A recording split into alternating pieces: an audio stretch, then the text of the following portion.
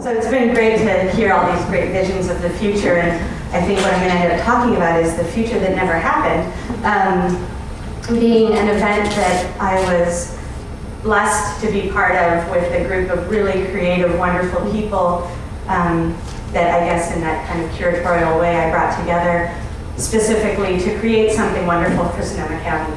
I'd been sitting on the board a couple of different arts organizations and been on advisory committees for the city as well as some private groups trying to create change and promote the arts in Santa Rosa.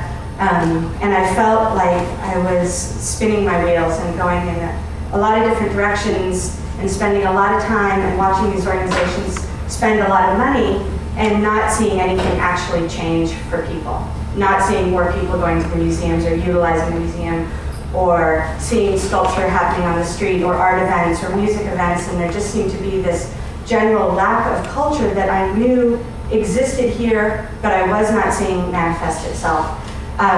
Working with the city and these arts organizations, I kept constantly hearing these complaints that there were not enough artists up here to support the demand, and living among artists and being exposed to all these creative people in my personal life, constantly hearing that there's nowhere to show their art and there's no appreciation for the work that they're doing.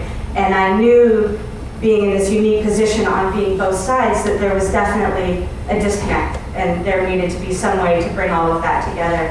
And fortunately, I met the right people at the right time who also had motivations that were different than mine, but ultimately were the key pieces that needed to be brought together to create this event. This event was really just a one-off idea. We wanted to create something that brought culture out onto the streets, that brought it out of the museums, that put it in people's laps. Figuring out the hook to do that, figuring out how to make it not just another easels on grass art fair was the hardest part. And I think, I had been fomenting this idea for 10 years, trying to come up with something, not really having the courage in myself to bring it to fruition. And I had done a small craft fair, ran into somebody who said, ooh, let's take that bigger. And that was exactly what I needed, was that cheerleader and somebody to kind of grab the reins and go, yes, let's make it really big. And it was perfect because I have this wonderful content, I've got these great friends. I knew that I could get people to bring what they had and just put it out there. What I didn't have was kind of the graphic design skills like this, which left to my own devices, I would be at Kinko's at 4 in the morning cutting and pasting like I did for punk rock scenes in the 80s. So this was, having somebody in a connection like this was incredible to create the graphics that really created the public image of what I wanted.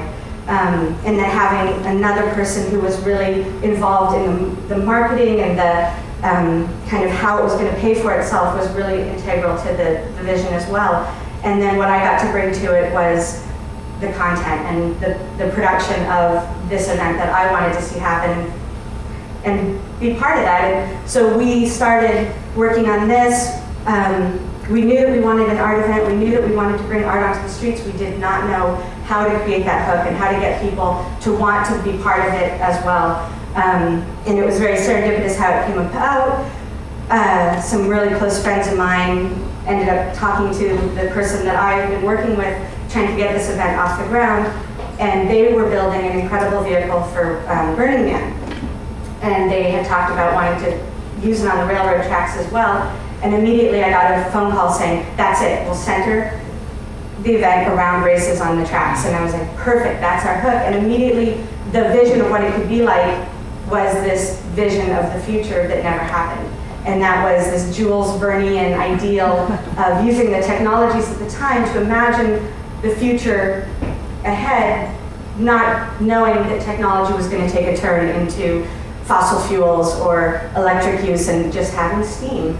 And so we went to this idea of creating these races, having artists build vehicles that were human-powered and not using any other outside sources besides the body, but kind of having this aesthetic of what is called steampunk. We did not mention the word steampunk in any of our literature, but we knew that by putting it out there that we would create we would create enough people to bring that to the event that would create the event itself. And that by putting the responsibility, not necessarily like demanding the responsibility, but by allowing everyone to participate, that it would create an event that we really wanted to see, that was going to be much more powerful than us doing this is how it's going to look, this is how it's going to be, this is how it's going to show. We just kind of put the seed out there and let the community rise to the occasion. And they did, and this was the second year, I believe. And it was a wonderful event. We encouraged all these artists to bring their work down. We encouraged people to build vehicles to race, and I think that the competitive spirit really kind of took off and got people going, and that's one of the vehicles. Here's two more. Incidentally, the one on your left is my husband, and we have 3 of these now in our driveway, and I don't even have a reliable car, which doesn't work well for carpool, but so these were 2 other vehicles. There's some more. And it was just a wonderful event. People showed up in costume, and I think what it was, and how it became so successful so fast, and that we had very little budget to do anything, was word of mouth, and just that there were so many creative people that came together who also were wanting to see something amazing happen in Sonoma County. And there was this potential for incredible culture, and yet everyone was waiting for the developers to bring it in. This site, Railroad Square, the smart site, has been sitting there for years with this promise of development that's going to bring in all this infrastructure, that's going to bring in a community center, that's going to bring in an area where people can meet and lounge and visit. And I would go to the coffee shop there every morning and saw people meeting, lounging, and visit. They were just sitting on the railroad tracks. So I knew that the culture was there. I knew all of this was kind of in this underbelly of Sonoma County, and there was nowhere to show this work. There was nowhere where these incredibly creative people that build things for the sake of building things and no other reason could take it out of their garage and show it. And so this was kind of my motivation personally, to see this stuff out and have everyone I know see this and just realize that this was here. And it was like so many tense drops of water that finally met together in a river and flowed. And this was, I think, part of that. And there were so many people that came together, all donating their time, all donating their artwork to see this happen. And of course, people showed up in costume, and you know, this guy on stilts just showed up. I had no idea who that is. It was wonderful. Oh yeah. So I did some more costumes, and these people came from the East Bay. That's a steam-powered something, and another little trolley behind it. It's not the best picture, I'm sorry, but they just showed up. It was wonderful. We put the invitation out, and people brought what they had, like a potluck. This is a 3-story Victorian that drove into town. It took some assembly, but it was absolutely magnificent inside, and all day people streamed through one door, crawled up into the cupola and out another door, and it was amazing. Another thing that we did was, and this was part me being just kind of spiteful and angry at being on all these boards and spending all this money on feasibility studies. I think I was on one advisory commission where we were looking at, are the arts feasible? Could Sonoma County, could Santa Rosa sustain a real museum or public art? And it was like, that seemed to me the most ridiculous question in the world. And yet this committee I was on spent thousands of dollars on this feasibility study.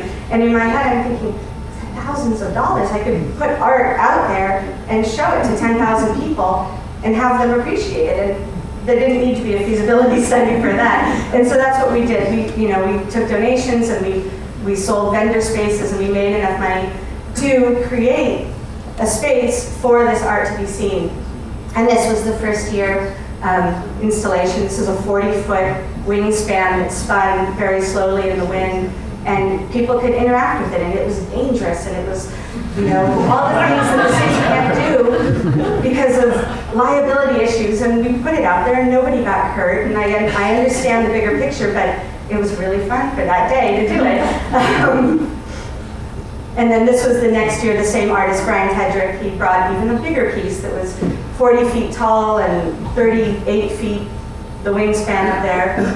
You can see somebody sitting in the basket at the very top. Definitely an insurance liability, for sure. But we had a great time doing it. Kind of, this is just, I thought it was a beautiful picture at the end.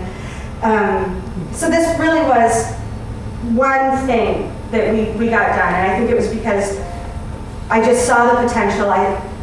Everyone in this group was so creative, so willing to put everything they had into it, and we threw the party we wanted to go to. It was this great potluck of creativity, and it was just one kind of bubbling source, this like popcorn kernel that popped, and I feel like it lifted the veil, not necessarily our doing, but we were just one group of people who felt this tension under the surface, and it feels now Sonoma County is popping kernels left and right with creativity, and I think there's a lot of things that went into that, and I'm just really happy that I got to be a part of one of those. So, thank you.